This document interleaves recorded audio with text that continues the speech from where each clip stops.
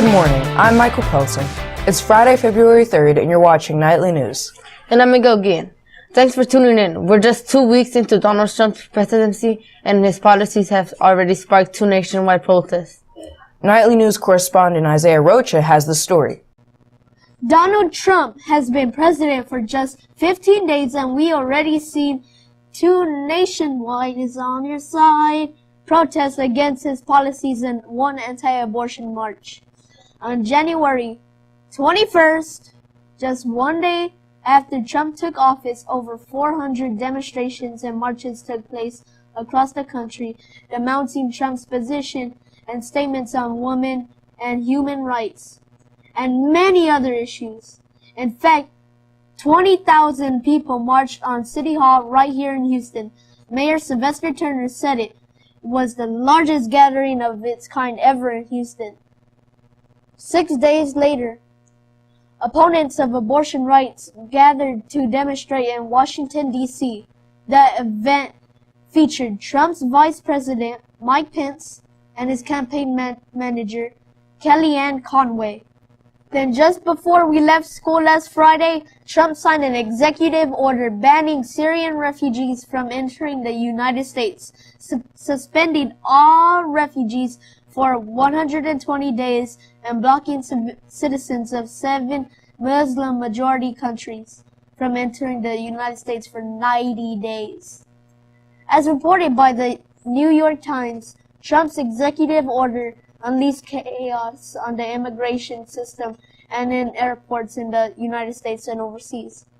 Students and visitors and green card holding legal United States residents from around the world were stopped in the airports in the United States and abroad.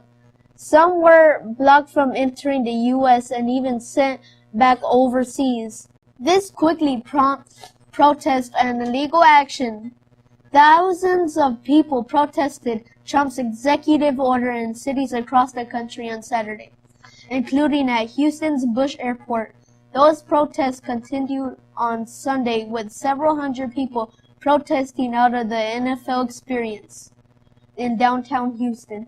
On Saturday night, a federal judge blocked part of Trump's order, saying that refugees and others being held at airports across the United States should not be sent back to their home countries.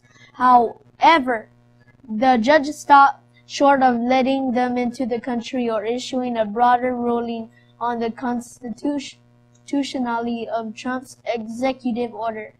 For his part, Trump has doubled down on the immigration ban, setting up to what's likely to be a legal fight that could reach the Supreme Court.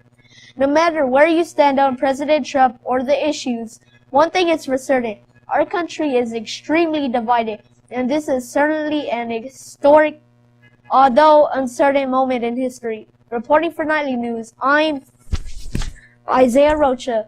Thank you, Isaiah. Here with breaking news and announcements, your Nightly News reporters Nicholas Liggins and On Cook. Thanks, Michael and Miguel. Here's what's coming up at MLCPA.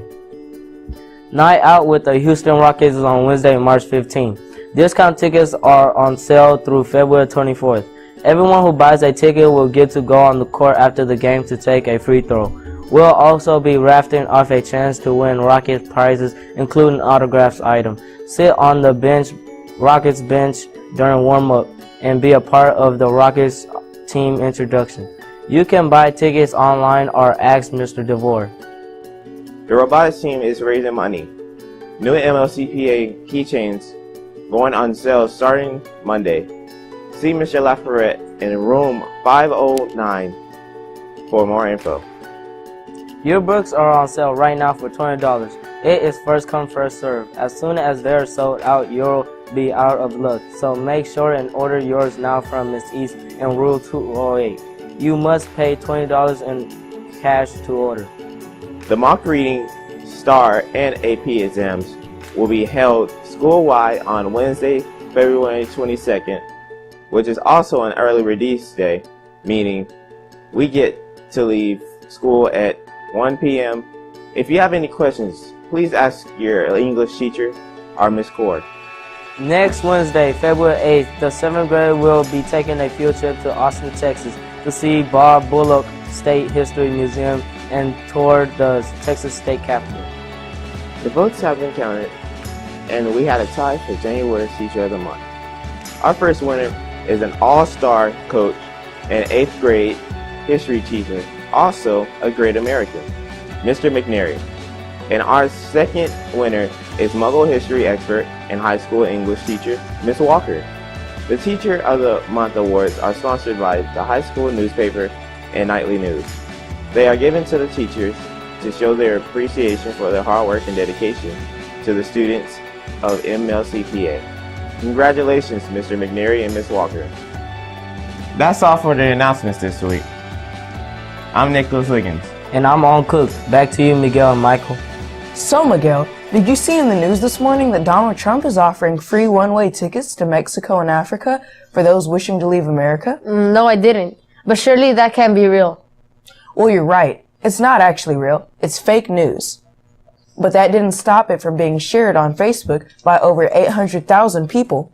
Fake news has made a massive splash in our society, invading our recent presidential election and finding a welcoming home on social media. Here with the true story is nightly news correspondent Maddox Williams. Obama banned the Pledge of Allegiance in schools nationwide. Pope Francis shocks world, endorses Donald Trump for president. Donald Trump sent his own plane to transport 200 stranded soldiers. Miss Ryan adopts 206 dogs from local shelter. They might sound good, and they're certainly getting a lot of attention on the internet, but there's only one problem. None of it's true. These fake news stories are part of a disturbing and growing trend. Websites that produce fake news are multiplying. Many of these websites have official sounding names and professional designs, and even though they produce entirely fake news, they're playing a very real role in our society. In fact, some political analysts say that fake news spread on social media may have helped Donald Trump win the recent presidential election. The biggest concern for the average American should be how to tell the difference between fact and fiction. Part of the problem is that fake news can be very hard to identify. A recent study from Stanford University found that more than 80% of the middle school students couldn't distinguish between real news stories and ads disguised as news. Fake news is nothing new. Early American newspapers were often used by political parties to spread lies about their opponents. It wasn't until the 20th century that objectivity and accuracy became the standard for professional news outlets. Unfortunately, those standards have been weakened in the recent years with the huge growth of the internet and social media and cable news. So, how do you spot fake news and avoid being fooled? I'm glad you asked, because we've got some tips for you. Be skeptical. Just because you see an article online, don't assume that it is factual, not even if a friend sent it to you. Second, verify. Make sure what you're reading and sharing was published by a valid source. Third, look for clues, carefully noting the sources cited in articles, and even the ads on a page can reveal the website's hidden agenda. Fourth, get help. Independent verification can often confirm whether something you see online is true. Unbiased fact-checking sites, including factcheck.org, snopes.com, and politifact.com, examine news reports and their sources, point out untruths, and cite evidence for what is true. The next time you see something online, or hear something from a friend that might not just sound right, take a few minutes to figure out if it's true or not.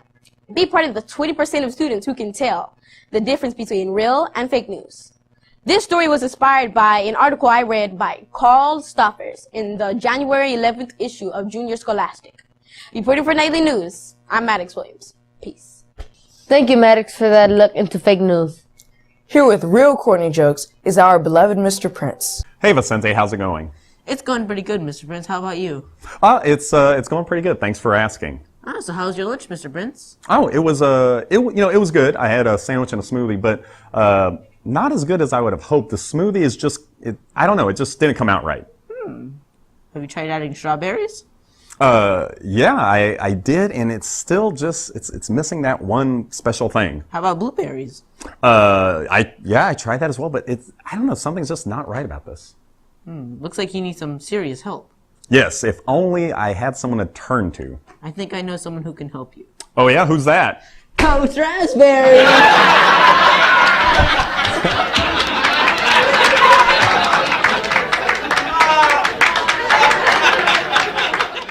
Those jokes never get old, Mr. Prince.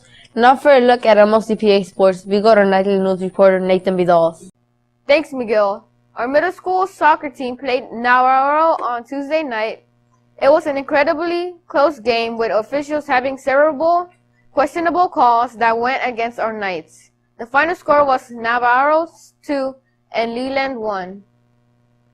On Thursday night, our middle school basketball team faced Clifton Middle School. Here are the results.